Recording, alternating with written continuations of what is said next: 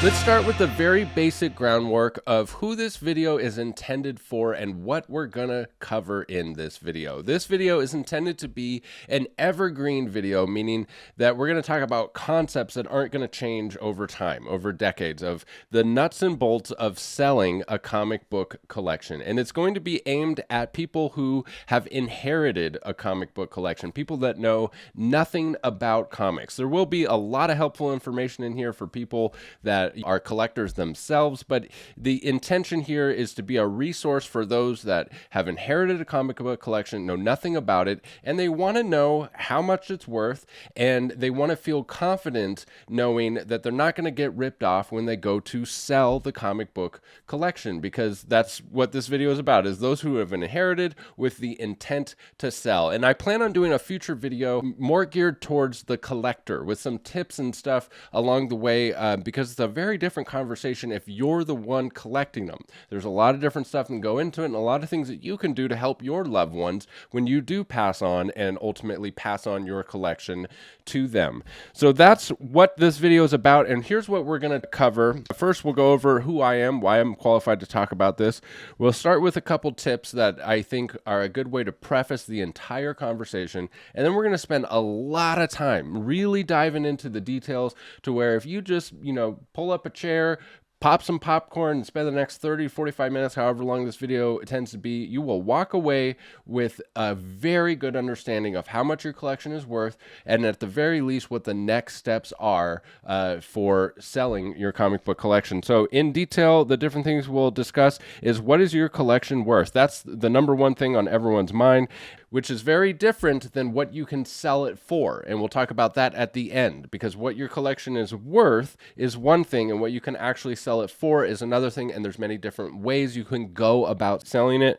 We'll dive into all of that. We'll talk about the different eras of comic books. We'll talk about the condition of comic books and how to get an idea on grading. We'll talk about how you can generally value an entire comic book collection relatively easily, and then we'll dive into the minutia on how to find out the exact value of every single comic in a comic book collection. We'll talk about how to identify key issues. We'll talk about grading companies, the importance of comic book grading, and which comic books are worth getting graded. And then finally, we'll wrap it all up with how much you can expect to actually sell the comic book collection for once you've, discovered how much it's actually worth, and your different options for selling those comic books. So let's start with who I am and why I'm qualified to do this. I'm Bry, owner of Bry's Comics, bryscomics.com. We're an online retail shop. I'm a lifelong collector of comics, and I've been a full-time dealer for about 4 years now at the time of filming this video. It's July of 2024 at the time of filming this. And so I support my family and my employees by buying and selling comic book collections. And you might ask yourself, well, then why should I trust you if you stand to benefit from buying my comic book collection on the best way to sell my collection? It's a very fair question, and I'll just throw it out there. The idea and the intent here is to be, completely transparent and honest with all of the facts and details of what goes into selling a comic book collection, and then you will go and decide what to do with it. Many people will watch this video and end up selling it somewhere else. Maybe a few will trickle down to me after they've done their due diligence and feel comfortable that I have, a good, fair offer for them. With that said, I will throw it out there that if you have just inherited a comic book collection, or even if you're a comic book collector and you've decided to sell your comic book collection, I can give you an idea of what it's worth in 5 to 10 minutes with a phone call. If you call me within 5 to 10 minutes, I can give you a good idea of what it's worth, or at the very least, what the next steps are. We'll talk more about the nuance on everything, but, at the very least, a 5 to 10 minute conversation is a great place to start. So feel free to reach out to me. And so I want to get into the two tips that I think are a good way to frame this. And number one, if you've inherited a comic book collection and if you've decided to sell it, tip number one is find someone you trust. And, going into this blindsided, there's so much nuance and stuff. You really need to have someone in your corner, or at least someone that you've contacted that you feel like you can trust. And the only way to find somebody that you can trust is tip number two, is shop your collection around. Okay, so if you've inherited a comic book collection and you send it to, say, 10 comic book dealers, dealers, and you'll probably get several of them that completely lowball you. You'll probably get the bulk of them that will give you about the same value for it, and then you might have one or two that are slightly higher than the others. And so if you shop it around to 10 different dealers, when you walk away from that with the one or two people that have, the highest offer, that's when you can have confidence that, number one, you can trust those people to give you a fair price or, a fair value, and you can feel confident that you got a good price because you shopped it around. The last thing that you want if you go to sell a comic book collection from a loved one is to feel like you got ripped off, or to feel like maybe you got ripped off. Maybe you did get a good price, but you just don't know if you got a good price. Or even worse, you find out that you did get ripped off, and now you have this stain on the memory of your loved one who spent a lot of their life collecting and, admiring and loving these collectibles. You want to avoid that, and it's very easy to avoid that. And by the end of this video, I promise you, you will have the confidence to know that that's not going to happen to you. So the number one question on everyone's mind is, what is the collection worth? In order to answer the question of what is your collection worth, you have to answer two other questions.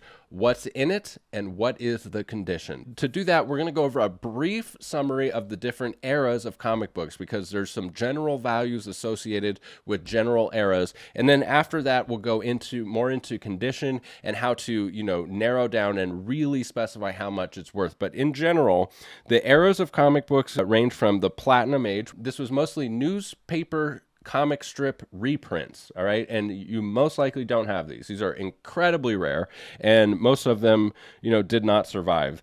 The next era is the Golden Age. This is 1938 to 1954. This is when superheroes like Superman came on the scene, first appeared in 1938 in Action Comics #1. This is also when Batman appeared in 1939. And the Golden Age of comics has superhero stuff, it has non-superhero stuff, it has, horror-related stuff, all of which can be incredibly valuable. If you've inherited a Golden Age comic book collection, you are likely sitting on an absolute gold mine, and you need to be very, very careful with who you sell the comics to. And there's some simple steps that you can do to maximize the value of what you can get out of your collection. I see it so often where these massive Golden Age comic book collections are sold for pennies on the dollar because the people didn't have the tools or the resources to put in just a little bit of work to really maximize the value of those comics. The next age is the Silver Age, 1956 to 1970.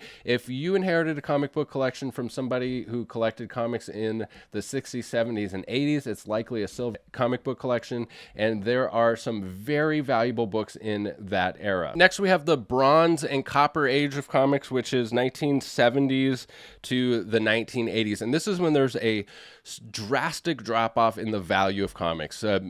During the 70s and 80s is when they started to be more mass-produced and when people started to take better care of them. So the supply of high-grade copies went through the roof, and the value subsequently went down. There's still a lot of very valuable books from this era, and we'll jump into the computer here and talk about just exactly how to identify which key issues and the values of all the eras. And then lastly, we have the Modern Age, which is the 1990s to the present, which unfortunately most of the people, that have inherited comic book collections are probably going to inherit books from the 1990s and above. And unfortunately, most of those are virtually worthless. With a few exceptions, there are some very, very valuable, expensive modern age books, some books that are worth, tens of thousands of dollars in the most extreme case, but it's very unlikely that you have those in an inherited collection of like 10 to 15,000 modern age books. But we're going to dive into how to know exactly what you have here in just a minute. But before we do that, I need to talk about condition. And in order to do that, we're going to hop into the computer here. We're going to go to cgccomics.com. CGC is a comic book grading company. We'll talk more about grading and which companies to use here in just a minute, but CGC Comics is, where the vast majority of books currently in 2024 are graded by, and so it's good to use their grading scale. Gem Mint 10 is the highest possible grade assigned. The collectible must have no evidence of any manufacturing or handling defects, and it goes all the way down to a 0.5 poor, which is a heavily defaced collectible with a number of major defects. Some pieces will also be missing. So for the condition of comics, a couple things that come into play are page quality, restoration, and qualification.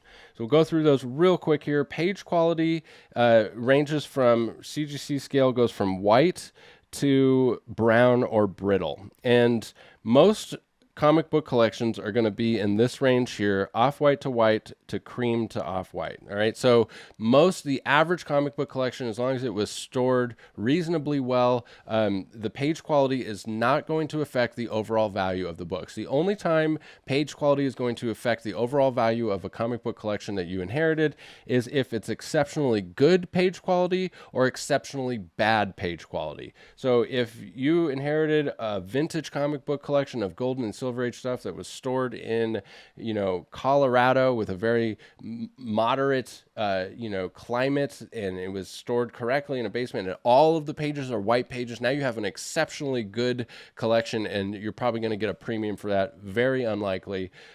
Likewise, if it was stored in a dingy basement, even if they're gold and silver age stuff, if they're all moldy and there's rust on the staples and they were stored improperly, is going to greatly decrease the value of the collection. But most of the collection are going to be somewhere in between, and they're just going to be average comic books, average page quality, and it's not going to affect the overall value of the collection. Restoration is something that's important to talk about, and it will lead into grading companies and why they're important. Restoration was something that happened early on in the days of collecting, where restoration was a desired characteristic of comics. You would take a comic and you would restore it, which means adding something to it that wasn't in its original form, like color touch, like a pen or a marker of some kind, or fixing a tear with a tear seal, or lightening the pages with chemical process. So adding something to the comic to make it present better. And back in the day, this was desired. In fact, people would pay money to restore comics so that they looked better.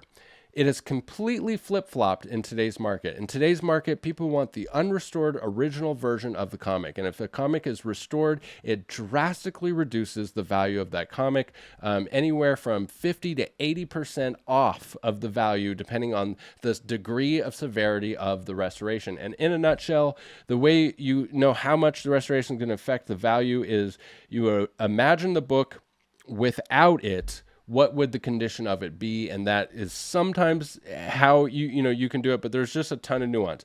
The point here and the basic thing is that if you have a vintage comic book collection and it's not graded, and it was really likely that back in the day, if they were collecting back in the day, that a lot of books were restored because it was the thing to do, then it's possible that a lot of those books are restored. And there's going to be a lot of risk involved for the dealer because they don't know if those comic books are restored and what the value is going to be. So you're going to take a hit on the value of your collection if you have vintage stuff like from the silver and golden age that's raw versus having them graded, because the grading companies go through and detect the restoration, and it takes that out of the equation. So if you have golden age stuff, in almost every circumstance, rare golden age stuff or key issue silver age stuff makes sense to get graded. And we'll talk more about that here in just a sec. And then there's qualification. It's just not here on this page, but qualification means that there's something that happened to the comic that qualifies it in the grade, where they ignore the defect and give it a grade, but it's qualified. For example,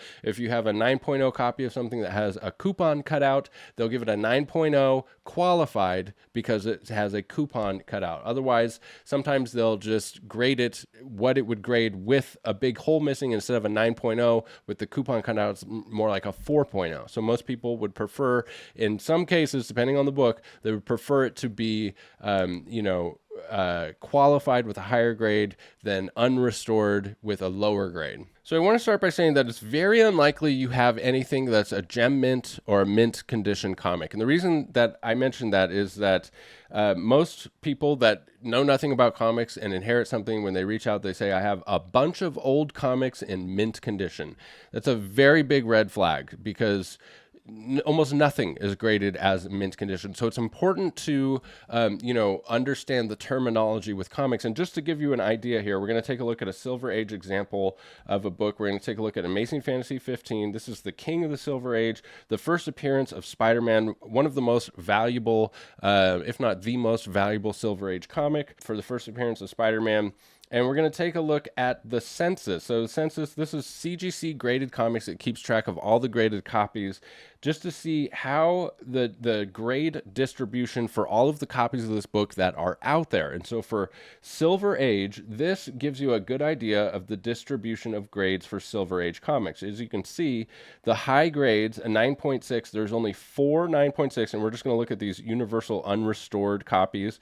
We'll talk a little bit more about restoration here in just a bit, but for the most part, this is an unrestored in its original condition comic. There's only 4 9.6s and 0 9.8s, 0 9.9s, and 0 10s. So if we hop back over to the grading scale, nothing in the near mint to mint or gem mint range for this book for Silver Age, and that's pretty common for Silver Age. Some Silver Age stuff has a few copies up here, but for the most part, there is very few. And then as you can see, as the grade drops lower, the biggest majority of the grades are around this 3.0 to 4.0 range. And the thing is you could have an 8.0 and you could think this thing is mint. You could have a 5.0 and think this is in mint condition and it's pretty good. This is where the terminology comes into play and is so important when talking about the condition of comics. So let's look at some actual examples of this actual book. This is a 9.6, one of the top 4 graded copies in the world. All right, there's only 4 graded this high, and this is a 9.6 according to the scale near mint plus. 9.6 is a very well preserved collectible with several minor manufacturing or handling defects.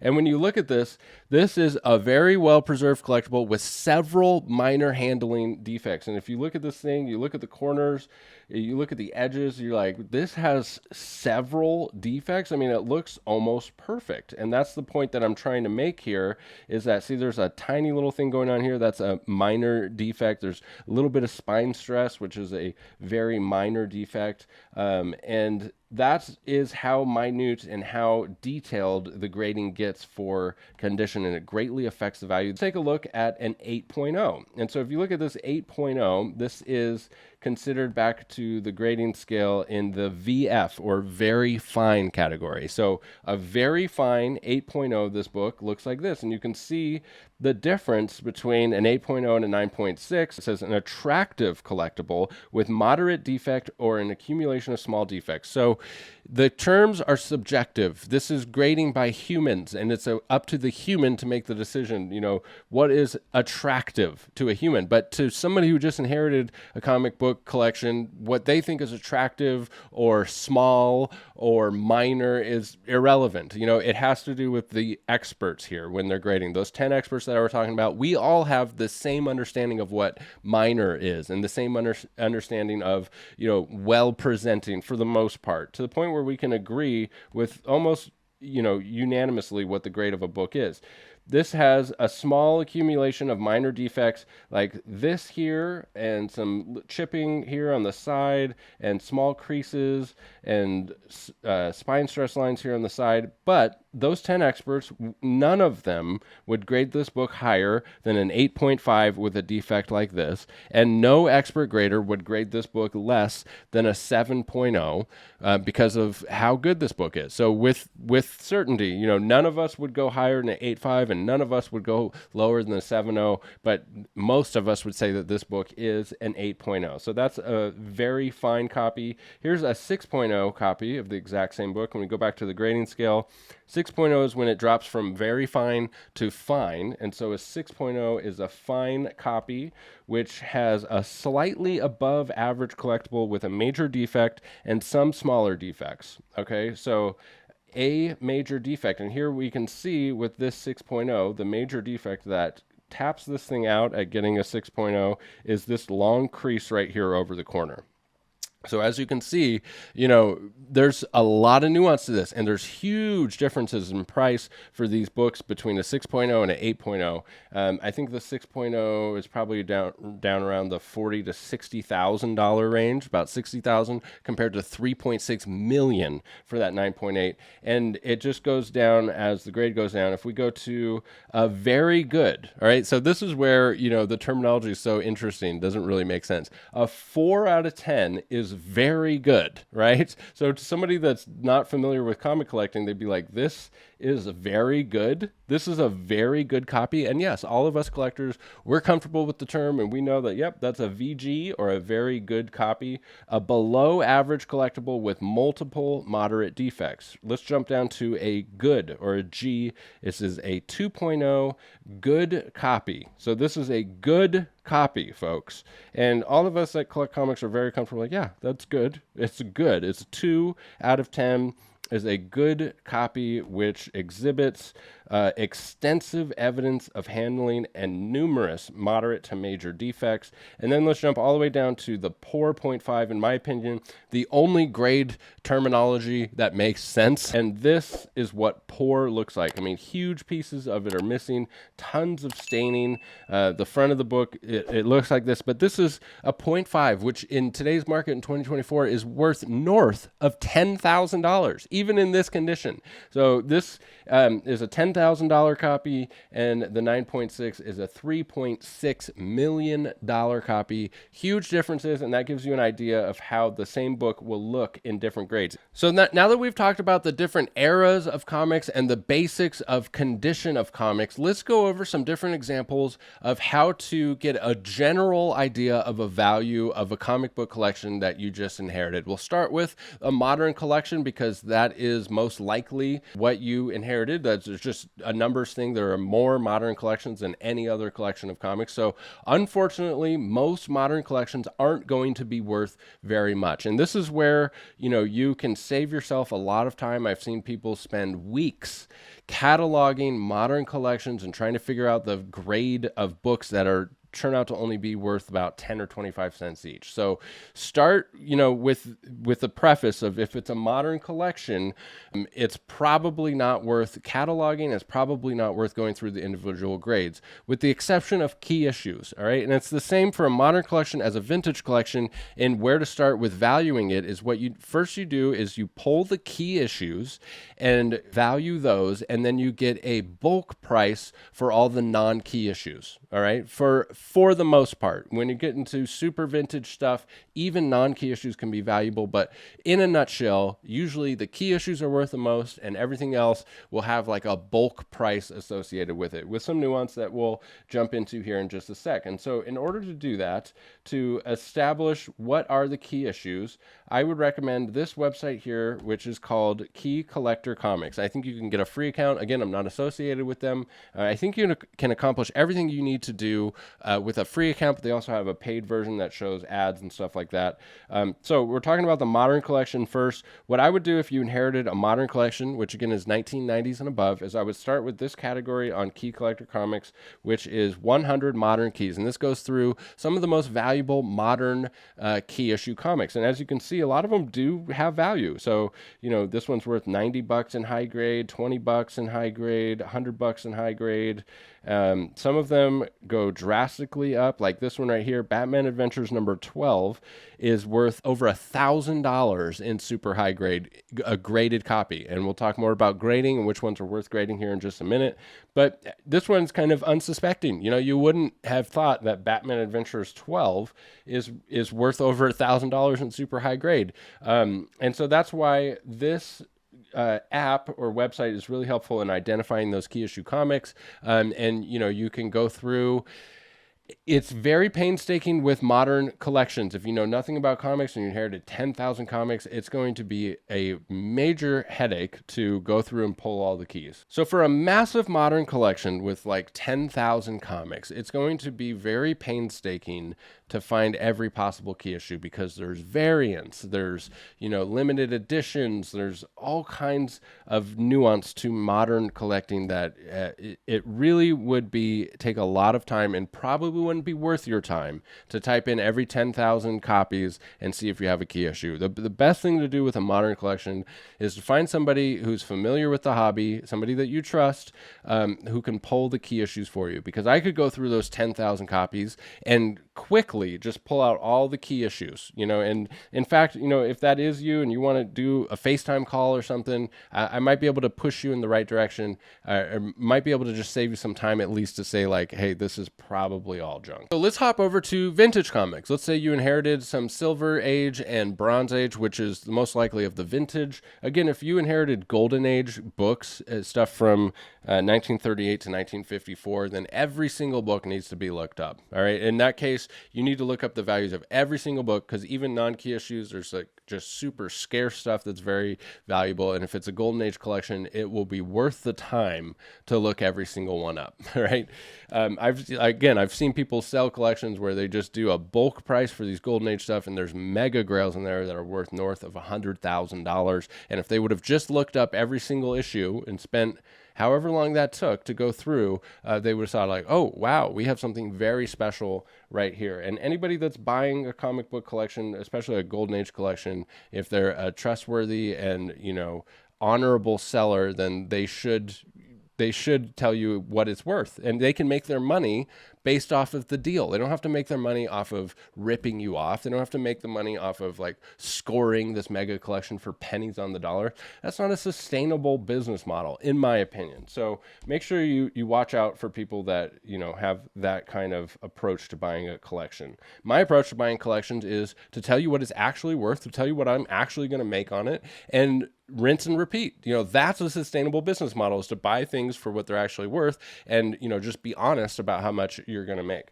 All right, so let's go over to, I did recently purchase a massive vintage comic book collection. Every single comic book that Marvel released from 1964 to 1980, it came out to 5,700 books. This was an incredibly experienced collector, like top of the tier for comic book collecting experience. And he cataloged every single issue in there and the grade of it. And so there was 1,100 graded copies, 4,700 non-graded copies. And in a nutshell, this guy did everything that he could possibly do to maximize the value that he got out of the collection. So this is like the gold standard for what this guy did.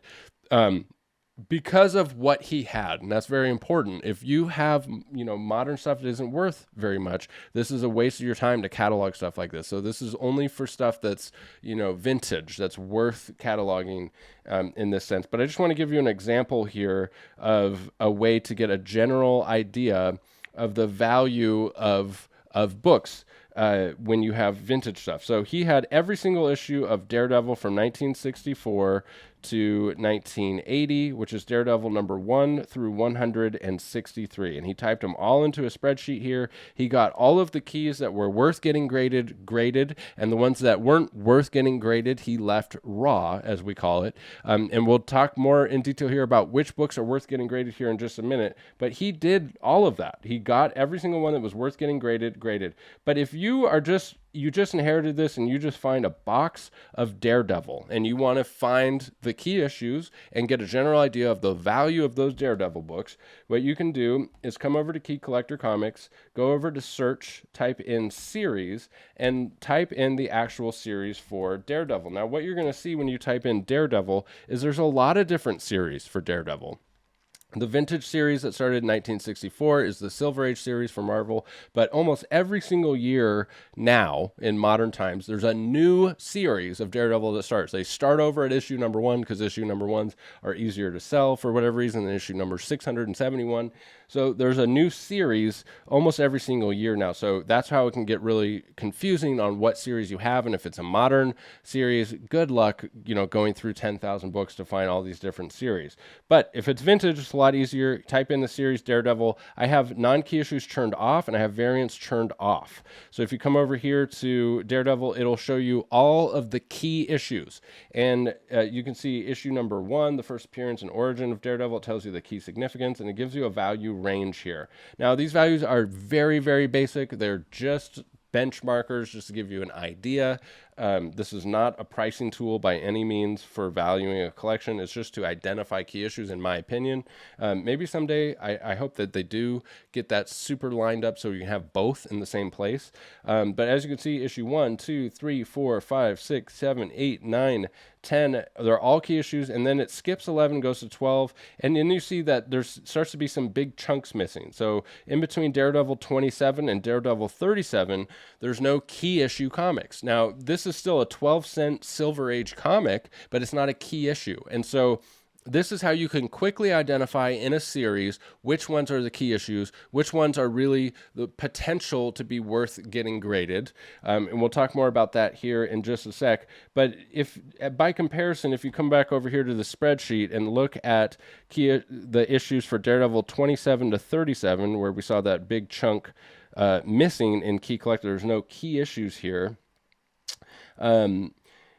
He only had 2 of them graded. 28 and 29 he did have graded. 28 was an 8.0, 29 was a 6.5. The values of those were $75 and $60 respectively. And then there's the cost of grading, which is about $40. And we'll break all this down here in just a sec. But as you can see, you know, to spend $40 to grade a book that's only worth $60 when it's graded, it doesn't really make sense to do that. And then these are the raw issues and their values in their raw form for those issues between 27 and 37. So where he got these values was from a book called The Overstreet Price Guide for Comics. And these non-key issue comics usually don't fluctuate a whole lot in value, you know, from year to year. So that's how, you know, they're able to produce an actual printed version of the book. They also have a website. So you can go to the website Overstreet and get the Overstreet value, which is not what you would expect it to actually sell for, but it's a good benchmark and a starting point.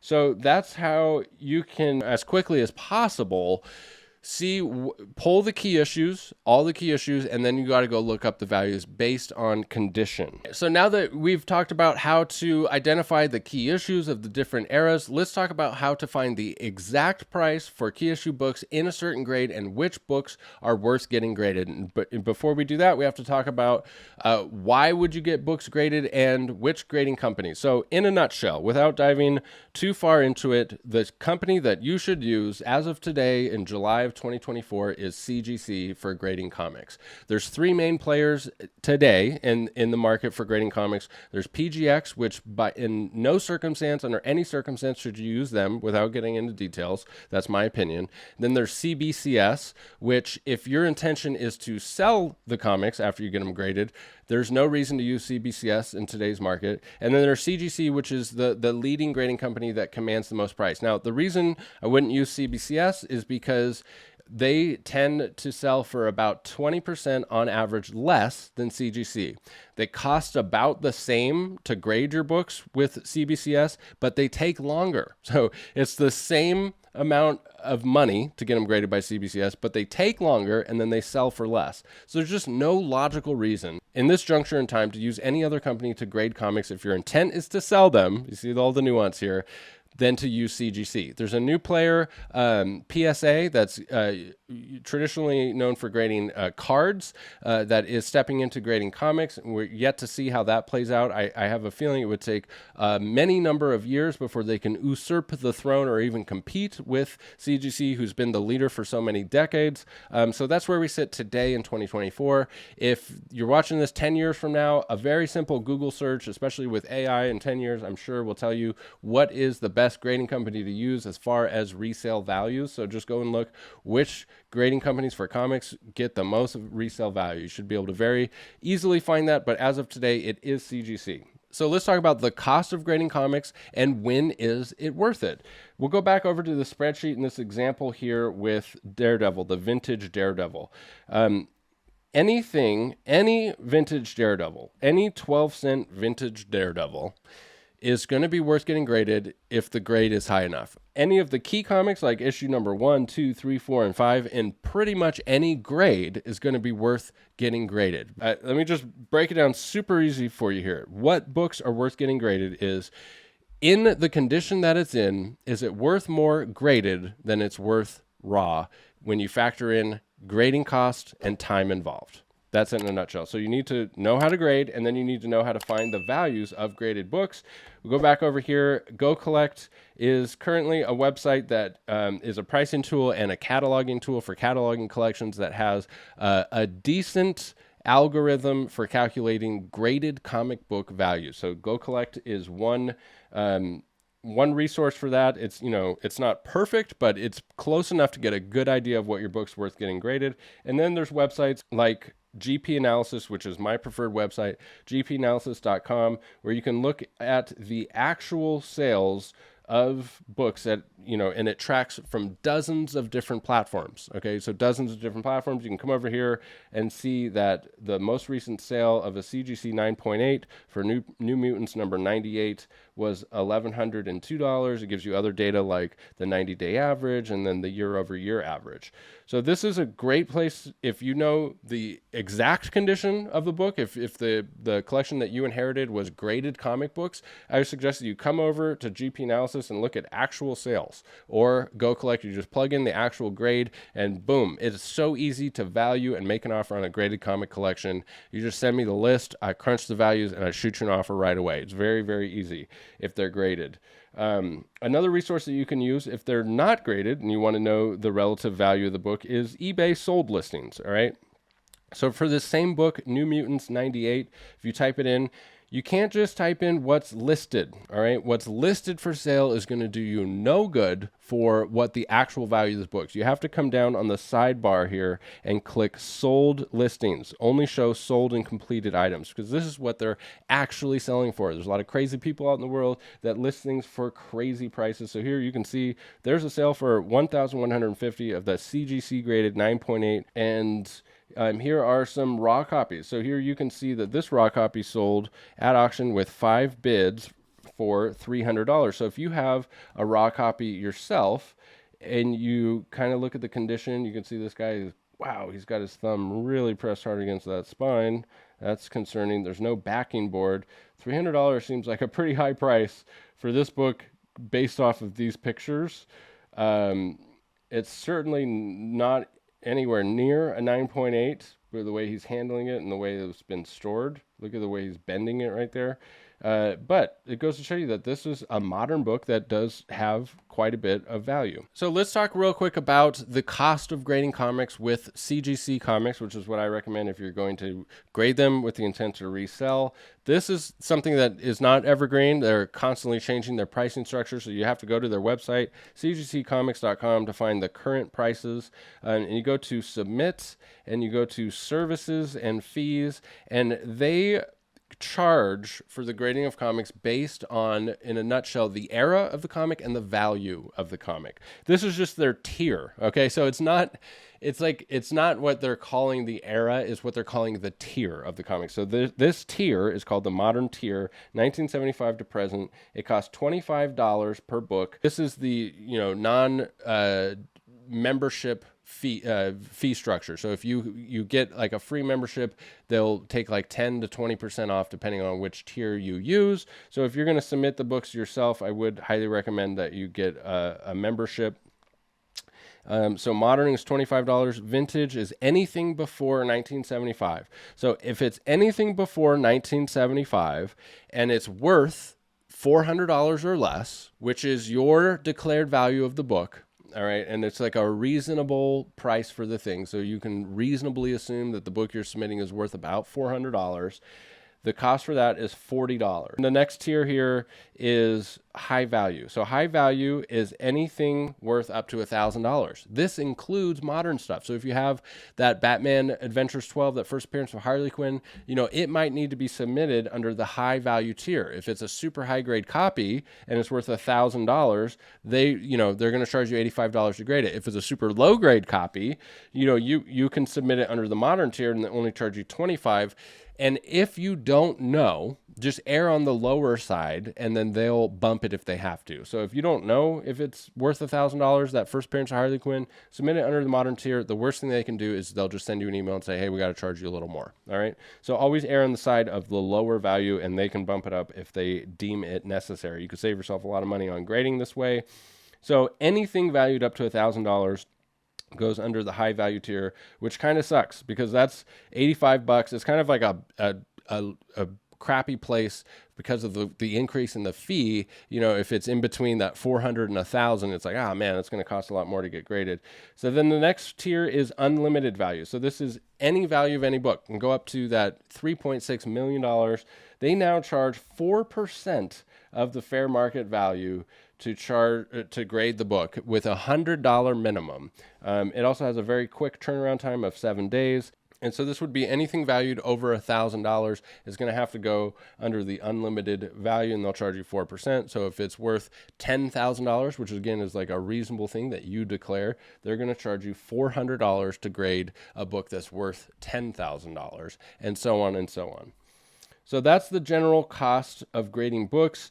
Anything that's in the unlimited value is going to be worth getting graded for you. I mean, the cost of grading, even though it's going to be $400 for that $10,000 book, if you're looking to sell your collection, you really need to have it graded because it will say with certainty whether it's restored or not, and with certainty what the grade is. And, you know, any dealer or collector for that matter that's buying a very high value raw book like Amazing Fantasy 15, they're going to err on the side of caution if they're buying a raw book. You're never going to come out on top with a super high value book like that. So that touches on the cost of grading and which books are worth getting graded. And it leads into the next part, which is how much you can expect to actually sell the comic book collection for. And it ties into which books are worth getting graded.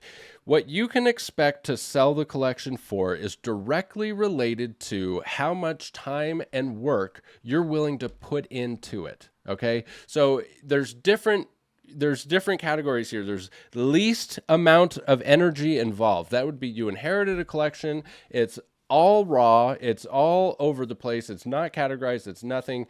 The very minimal effort is to contact a dealer and to sell it in that current condition.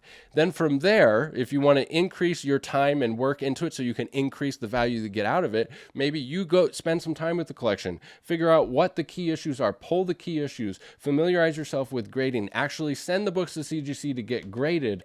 If you put in more time, you'll get more value. To the benchmark, the gold standard for putting in the most amount of time is to categorize and catalog every single book, only if it's vintage. Don't do this for modern stuff, which I mentioned before.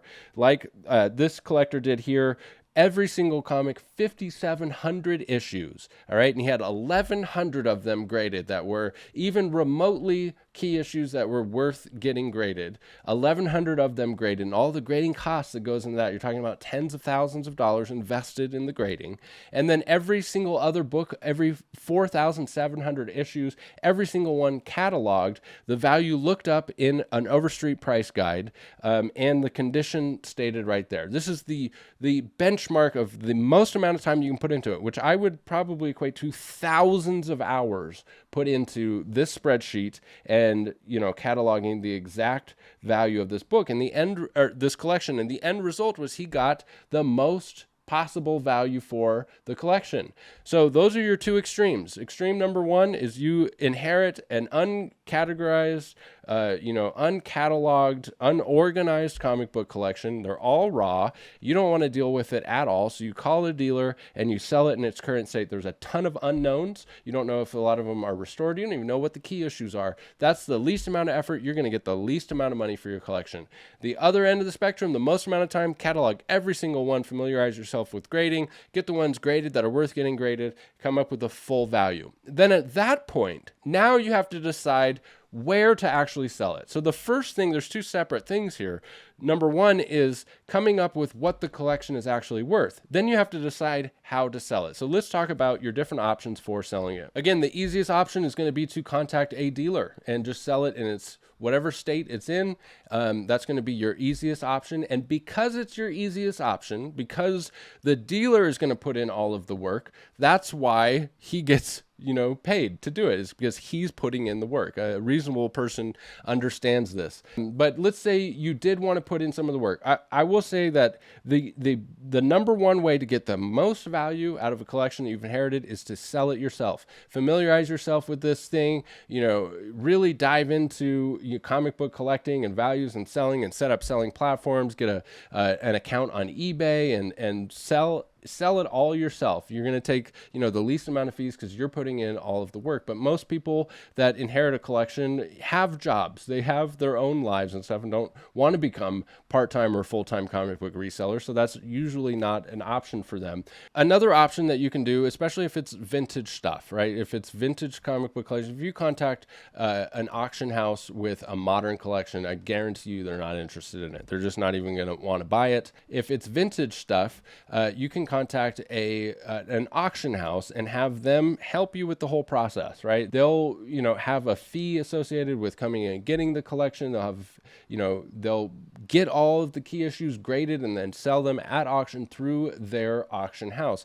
There's pros and cons to doing it this way. The biggest con to doing it this way is the time involved. Most people want to just be done with it. And, it can be a very time consuming process to take a big collection and get the books graded. That takes, a couple months if they're, efficient with it, maybe even longer, and then have the books come back and then actually list them for sale can take anywhere from 1 to, 3 or 4 months to actually sell the books. And then the people that buy the books at the auction house have to actually pay for it. And then there's going to be instances with a large one where some people don't pay for it, even though they bid on it, and it has to be relisted and go through the whole process again. So it's time consuming, and you don't have to do anything. It's hands off if you hand it off to an auction house, but it takes a lot of time, and that's the biggest drawback to it. They also have fees. Different auction houses charge, I know Heritage Auctions charges like 20% on the buyer's end and 10% on the seller's end. So at the end of the day, they charge you 30% for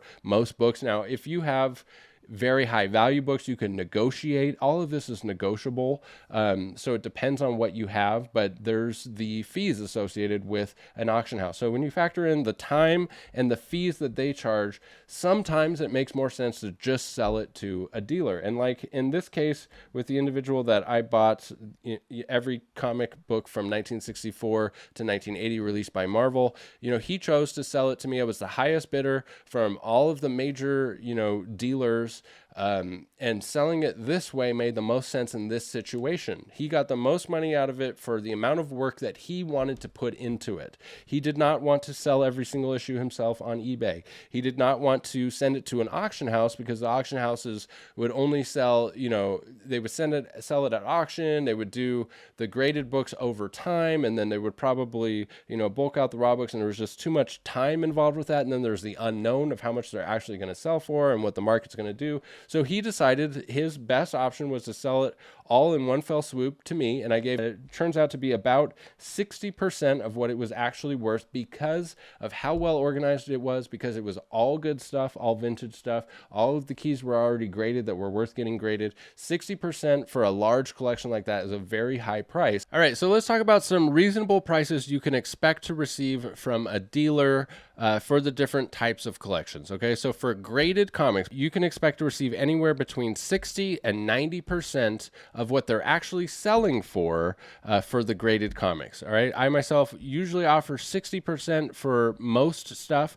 It doesn't get up to that 90% mark until you're dealing with grails. If you're dealing with Amazing Fantasy 15, that first appearance of Spider-Man, I can offer like up to 90% for that book, because what I end up doing with it is offering it for trade for a little bit of increase on the value, and I make my money that way. Also, it's just such a highly liquid book. It's so highly desirable. It's the king. It's the one that everyone is after. So you can get up to 90% for a graded comic book like that. Now, if you take that same book and sell it at an auction house, the very minimum fee they're going to charge you is 10% up to 30%. And then you have the unknown of what it's actually going to sell for when it actually goes to auction. So for books like that, you can do really good avoiding auction houses. You can sell them directly, take the time out of it, take, the question out of it. You'll know exactly how much you're going to get for those super liquid, super highly desirable grail key issue comics. Now, for more run-of-the-mill stuff that just is highly time-consuming to list, pack, ship, sell, that's when it's closer to the 60% mark. And when you have, a big collection of graded comics, I think 60% is, a competitive price. But it depends on what's in it, and so anything less than 60% for pretty much anything for graded comic books is a low offer, in my opinion. And anything between 60 and 90% of fair market value for graded stuff is what I would say in the realm of fair, depending on what you're dealing with. For raw books are a completely different issue, okay? A completely different story. And let's hop back over to this spreadsheet to look at Silver Age to Bronze and Copper, stuff between, late 1950s to the 1980s, Silver and Bronze Age stuff, non-key issues, all right? Because remember, we already talked about, the first thing you want to do is identify those key issues and pull those out and value those. Now we're talking about the non-key issue raw books that are vintage. The most I've ever seen a dealer offer for non-key issue vintage comics, Silver and Bronze Age, is 35% of the Overstreet price guide. That's a very fair offer for non-key issue raw stuff. Because this, for example, Daredevil number 142 in a 9.0 might be worth $19 according to Overstreet, but you actually might only be able to sell it on eBay for like $10 or $11. And then you have to pay somebody to actually list it on eBay. And then when it actually sells, you have to sell it and you have to capture the payment through eBay, and then they charge you fees. So there's no way you walk away with the $19. So people, when you're talking about a large collection, and I want to be very, clear on what I'm talking about here. I'm talking about a large collection of vintage non-key issue comics. A very fair price is 35% of the Overstreet value. All of these things have nuance. The Overstreet value has nuance. If you were talking about a value that didn't come from Overstreet, it might be a completely different conversation. But a fair price for vintage, bulk, non-key issue, vintage stuff is 35% of the Overstreet price. Now, if we're talking about modern stuff, which is the majority of comic book collections, if it's 1990s and above and they're non-key issues, you're looking at a per box price. And the typical price for non-key issue modern stuff from 1990 and above is $30 to $50 per long box. That's what you can expect to get offered by a dealer. Some local comic shops offer 10 cents, an issue, because they're just going to sit in boxes. And we're talking about stuff that is just going to sit there in like a dollar bin, and maybe somebody comes through and buys a couple issues one week, and then maybe 6 months later, that local comic shop has sold 30 of those books for $1, and now they've broken even on their $30 investment from 6 months ago. I mean, you can easily see how it's just not a huge market for this modern stuff. And most shops will actually just turn it down. Like myself, for example, non-key issue 1990s and above, I just don't have a use for it. So unless you're local and you want to do, $50 a box, I'll probably just turn around and sell it for $100 a box. And then there's shipping and fees and time and everything. So non-key issue modern stuff just isn't worth very much. And you can expect to get an offer like what I just mentioned. But there's tons of nuance for vintage stuff. There's tons of nuance with the key issues, with Golden Age. I mean, that's when it starts to get, a case by case basis, and you really need to find somebody that you trust to get the ball rolling. So to summarize, how much you can actually expect to sell the books for and the different ways to sell those books. How much money you get is directly related to how much time and effort you put into selling them. That's first and foremost. The number one way where you're going to get the most bang for your buck is to sell them all yourself. Establish those selling platforms, figure it out, and do it, and that's the most time involved. Your next option is to consign it with a consignment shop or an auction house of some kind, and depending on the collection, there's pros and cons to this. The biggest con being the amount of time involved and the unknown for what they'll actually sell for. And the next option here is to sell it all in its current state to a dealer. That is, the easiest way, the least amount of effort involved for you. You're probably going to, be able to find a dealer faster and get offers faster and be done with it quicker to sell it all to a dealer. The last thing that I haven't mentioned yet is to sell it to an end collector. If you were to sell the whole thing, not one by one, but to sell it listed on Craigslist or Facebook Marketplace or something like that, and try to judge the field with collectors. Now, the drawback with that is that you have to deal with the people directly. You have to,